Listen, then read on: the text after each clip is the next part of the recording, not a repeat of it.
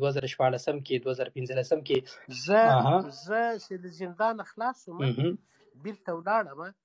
ما خو درته ویل چې زه چون زندان کې طالب شوی وم، بیرته اولین ویان د امارت له سقوط نه وروسته او بیا له لږ لږ راجوړېدو نه وروسته اولین ویان د طالبانو د حامد آغا په نوم باندې زه وم.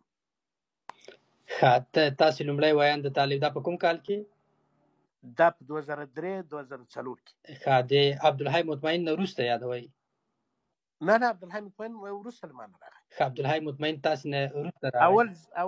اول زه بیا استاد یاسر مرحوم سه، بیا عبدالحی مطمئن سه، بیا دا نوم پاتې سه، د نوم ته چې هر څوک راته همغه نوم کېښودل کېده، دا مجاهد ذبیح الله مجاهد. بیا تاسې لومړی حامد آغا په نوم لومړی د طالبانو ویان نه پاتې شوي، یعنې په پېښور کې ستاسې شناخت د پاکستاني قدرت الله جمال د موږ د مطبوعاتي کمیټې رئیس و، او اوسنی دا به نه یادوم ځکه چې هملته اوس معین د مسکین یو څوک داسې نه چې رانیولی، نو اوس په وزارت کې معین د هغه هم و، زما غږ به اوري حتما.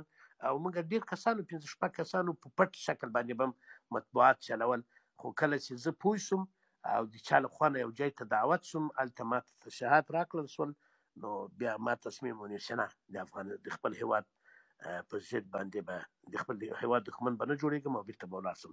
بیا ما رابطه وکړه او بېرته کابل ته راغلم. لږ واضح ووایي د چا د خوا نه دعوت شوی؟ په پېښور کې وایي په کوم ځای کې وایي؟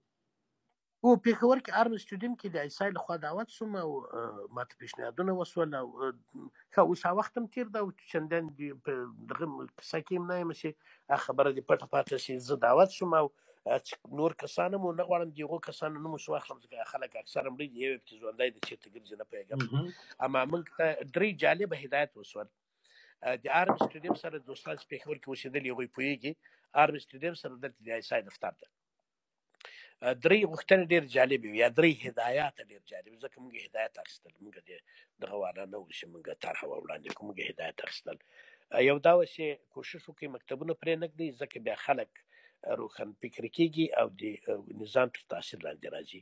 دویم پل، پلچک، شفاخانه، سړک دا پرې نه ږدئ، خلک د نظام مدیون کېږي یا په اصطلاح احسانمند کېږي. او دریم دا چې پیسې نشته او امکانات نشته، د هغو لپاره لاره وښودل چې بهترین لاره دا ده چې خارجیان اختطاف کوي او په هغوی او حلالوي یې مو وزن یې مو په میلیونونو ډالر پیدا کېږي او ټول امکانات مو پوره کېږي. او داسې بیا نور چې څنګه بم وارزوي، څنګه ها وکړي، څنګه دا وکړي، څنګه دا وکړي. که وخت یې راغی او خدای وکړه چې په کابل کې وو، زه به هغه د هغه مجلس یو ژوندی پاتې د هغه به هم راوغواړم، یو بل چې په ژوندی ده خو بیرون د هغه به هم راوغواړم، ورته وایم چې موږ تاسو ته څه هدایت کول.